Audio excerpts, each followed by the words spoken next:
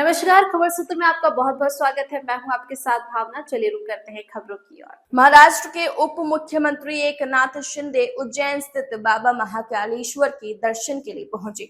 उन्होंने गर्भगृह के द्वार से बाबा महाकाल की पूजा अर्चना की और फिर नंदी हॉल में बैठकर ध्यान लगाया। मंदिर के पुजारियों ने विधि विधान से उनका पूजन संपन्न कराया। महाराष्ट्र के उप मुख्यमंत्री एकनाथ शिंदे उज्जैन पहुंचे। यहां उन्होंने श्री महाकालेश्वर मंदिर में दर्शन किए। उन्होंने मंदिर के नंदी हॉल में बैठकर भगवान महाकाल का ध्यान किया। मंदिर के पुजारियों ने मंत्रोच्चार के साथ पूजन कराया। शिंदे ने सभा मंडप में विराजित भगवान वीरभद्र के भी दर्शन किए। मंदिर प्रबंध समिति की ओर से सहायक प्रशासक आशीष कलवाड़िया ने उन्हें प्रसाद भेंट किया और दुपट्टा ओढ़ाकर स्वागत किया। पूजा के बाद शिंदे ने मीडिया से बातचीत करते हुए कहा कि बाबा महाकालेश्वर के दर्शन कर उन्हें एक अनोखा सुकून और आनंद मिला है।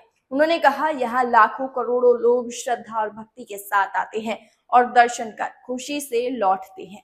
यहाँ आकर एक नई ऊर्जा और प्रेरणा मिलती है। शिंदे ने बताया कि उन्होंने महाराष्ट्र की जनता की समृद्धि और खुशहाली के लिए बाबा महाकाल से प्रार्थना की।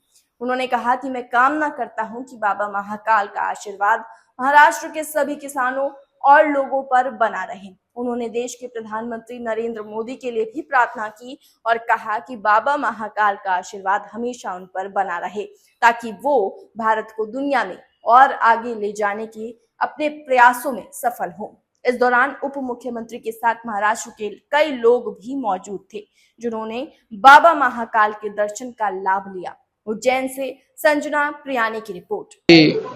आनंद हुआ है यहाँ आकर और यहाँ का माहौल भी बहुत ही एक श्रद्धा का माहौल, भक्ति का माहौल और सब लोग यहाँ पर लाखों करोड़ों लोग आते हैं, भगवान महाकाल जी का दर्शन लेते हैं।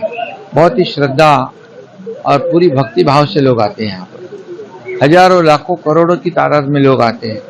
आज पूरा कॉरिडोर देखने के बाद तो ये बहुत अच्छा कॉरिडोर यहाँ पर बनाया है और स्वयं प्रधानमंत्री जी ने इसका लोकार्पण किया है। आज लाखों लोग यहाँ पर दिन भर में यहाँ आते हैं और अपनी अपनी श्रद्धा से, भक्ति से यहाँ दर्शन पाते हैं। और मैं यही कहूँगा, महाराष्ट्र के भी बहुत से लोग यहाँ आए, महाराष्ट्र की धरती से हम भी आए और मैं यही भगवान महाकाल जी से प्रार्थना करूँगा कि हमारे महाराष्ट्र के किसान हो, महाराष्ट्र के किसानों के जीवन में खुशहाली पैदा हो जाए, उनको सुख समृद्धि आनंद मिले। हमारे महाराष्ट्र की बहनें हैं, भाई हैं, हमारे बुजुर्ग हैं, महाराष्ट्र के तमाम सब जनता है, महाराष्ट्र के पूरे नागरिक हैं, इनके भी जीवन में खुशहाली आए, सुख समृद्धि आए, आनंद आ जाए, उनके जीवन में बहुत ही अच्छा परिवर्तन आए। यही कामना भगवान महाकाल जी से की है।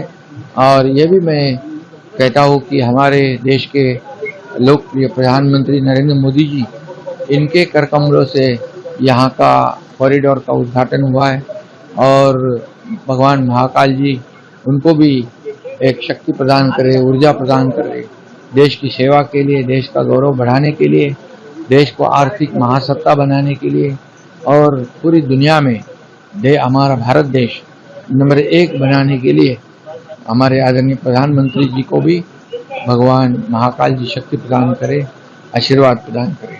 सर, मोदी जी ने पूरे विश्व में काफी अपना रवैया किया है, काफी ऊंचाइयों पे पहुंचाया भारत को, लेकिन विपक्ष जो है अपनी बातों पे बड़ा वो क्रिटिसाइज करता है। देखिए, 2014 के बाद इस पूरे देश में जो बदलाव हुआ है, देश की उन्नति प्रगति हुई है, ये तो पूरे देशवासी देख रहे हैं और इसलिए पूरे देशवासी मोदी जी के साथ में है।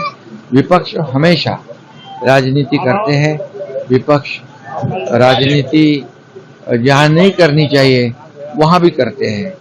अब चुनाव हो उस वक्त राजनीति करे तो ठीक है, जब धर्म की बात है, श्रद्धा की बात है, मंदिर की बात है, जहाँ जहाँ कभी वो विपक्ष आरोप लगाने में चूकता नहीं, लेकिन ये आरोप लगाना या राजनीति करना, इसके लिए काफ़ी अलग अलग मुद्दे होते हैं, लेकिन सभी मुद्दों पर राजनीति करना, हमारे देश की बदनामी विदेश में जाकर करना, और पहलगाम में भी जो हमला हुआ, हमारे बहनों का सिंदूर मिटाने का पाकिस्तान ने किया, अभी उनको मुंह तोड़ जवाब तो हमारे प्रधानमंत्री जी और हमारी भारतीय सेना ने दिया है, लेकिन उसके ऊपर भी टीका टिप्पणी करने का गलत काम पाप विपक्ष करता है।